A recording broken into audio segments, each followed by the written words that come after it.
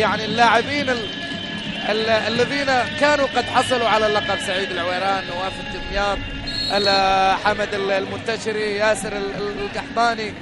يعني كنا نتمنى أن يكون اسم نور وبالأرقام مع عدد من التقارير الإعلامية سواء في عدد من القنوات منها العربية MBC حتى ART جمعت النقاط الموجودة في لجنة الاختيارات في الاتحاد الآسيوي ووجدت نور الأكثر.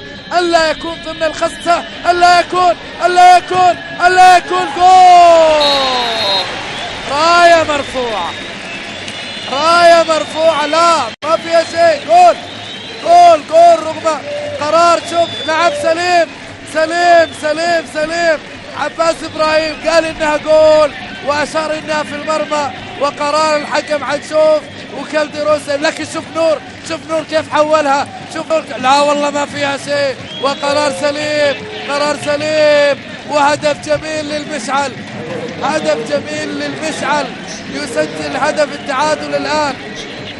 التعادل الآن أمام فريق نجران. وفي شوط المباراة الثاني بعدما أهدر الاتحاد فرص متاحة في شوط المباراة الأول، إلا أن الشوط الثاني وبالتحديد في الدقيقة الخامسة المشعل قول. حنشوف الإعادة للجول. لكن لاحظ يعني لا هم، لا اختيار أفضل لاعب ولا إعلام ولا ما يحدث. الآن كرة تتخلص من مدافعي فريق الاتحاد.